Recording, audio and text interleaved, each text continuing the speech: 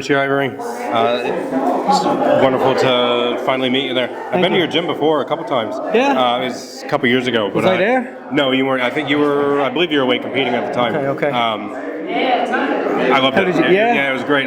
Beautiful. That's what I like to hear when people come and I'm not there. I like to know that it runs smoothly. Yeah, it's very difficult to find. We have a good team now in the gym, so I'm more comfortable leaving to compete and do other things. So that's the main goal. It was a very welcoming atmosphere, especially because I was at that time I was still new. Okay. So it felt very comfortable and everyone in there was great. That's better news to me to hear that than anything else. So second thing I'll say is congratulations on your win there. Thank you. Tough match. It looked tough. Yeah. It definitely looked tough. How did you feel about that match overall? I was pretty nervous. It's a bigger weight than I've ever competed at before. I usually compete down 66 in Jiu-Jitsu, 61 in MMA. This was at 73, which I barely walk around at 73, and I knew he was cutting down. So I was a little bit nervous to see how he felt, but to be honest, I felt stronger. Yeah. I felt strong in the clinch. I had a body lock on him. I just felt strong everywhere, so I'm happy with how I felt at 73. It's not somewhere I want to be regularly. I just didn't want to cut any weight over Christmas, and I'm happy to get that out of the way. Darren's a scary dude. I think I went a little bit rough on him with the hand fighting, but that was purely out of my. I've had a lot of guys roll with him who say he's rough, he's strong, he's aggressive. One guy told me before the match he felt like he went through a washing machine when he finished rolling with him. So that's in my head when I'm being aggressive, to make sure I'm the hammer and not the nail. So I had to be mean in there. And plus I come from MMA, so being mean is like the way I like. So people are telling me how tough he was. I'm like, okay, that's no problem. As long as he's not punching me in the face and kneeing me in the face, it should be okay. So speaking coming from MMA, like how did you prepare, or did you prepare differently for this grappling match versus your normal? To be honest, the day I took the match, I trained pretty hard, picked it up, and I immediately blew out my back the day I took the match.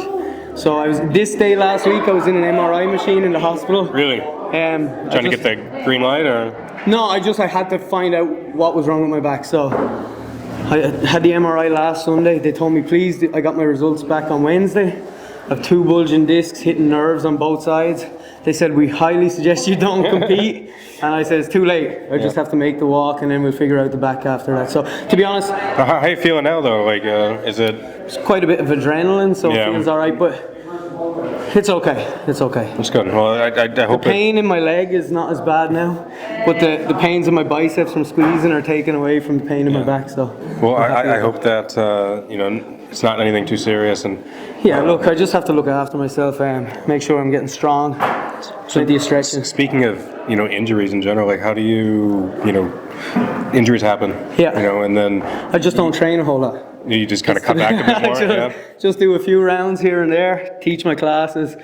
When this came up, I trained down in Arklow with Dean Barry in Arnkell, Arklow Jiu-Jitsu, and got some rounds in with other black belts just to see how I felt. And just took it as if it was any other day training, to be honest. This one, I wasn't nervous. I trained 10 rounds every day, so why would one 10-minute round feel any different? And I think because I went in with that attitude, I didn't heap pressure on it as if it was something different. This is a fight, there's people. It's not. People tell me, when are you fighting? I say, I'm not fighting. I've 1 round of jiu-jitsu on Sunday. I'll be okay. So keeping it relaxed in my head, I think, was the main thing. Excellent. Not building it up to be too much more than it was. Okay, so like with my podcast in general, so I host podcast Combat Confidential. One of the things I like to do is try to understand why. I try to understand why people love this so much. Yeah. Like, I have this love for it. It's difficult for me to kind of get it out to other people. So, what is it about combat sports in general that, make it? The reason I do this now, I'm 36, the reason I still even step on the mat is because, Rian, come here. I have, can you see in that, jump up? I have kids of my own who I tell to do things, even jiu-jitsu competitions that they're uncomfortable doing, things they have to work hard to do. Same with the kids in my kids' classes, the adults in my classes.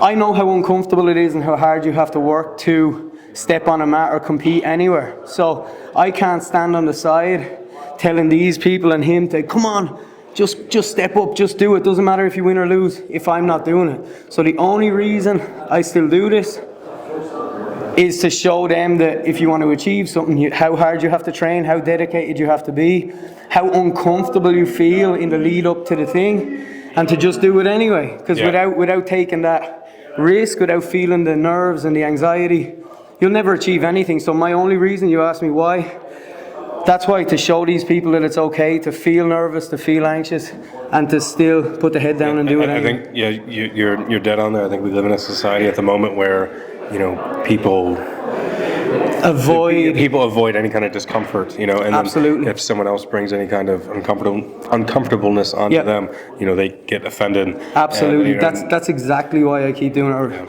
It's the reason I do it now, and especially when those people are looking at me, it gives me an even bigger, heaps more pressure on you as well. So when you have kids or when you run a gym and people are looking at you as, the guy who runs it, you're expected to, and I want to show them it's okay to have expectations. It's okay to make sure that you work hard to achieve that stuff, no matter how scared you are about doing it. So that's the only reason I keep doing it. Do you still get nerves kind of going into this? Like you've been competing for quite a while. It goes in waves. So Andy Chapman, that's in the GI tournament, he put up a thing on his Facebook. He was saying he goes through waves of absolute confidence to absolute terror, and that's kind of how it is. So even throughout the day, I just find myself thinking about the match. What happens if? So even though I don't feel like I was overly nervous, I felt like it was consuming my thoughts. What happens if he does this? What happens if I get mounted? Am I going to So it's more the what if and what to do in the situation as it arises, more so than actually just sitting there with butterflies in your stomach.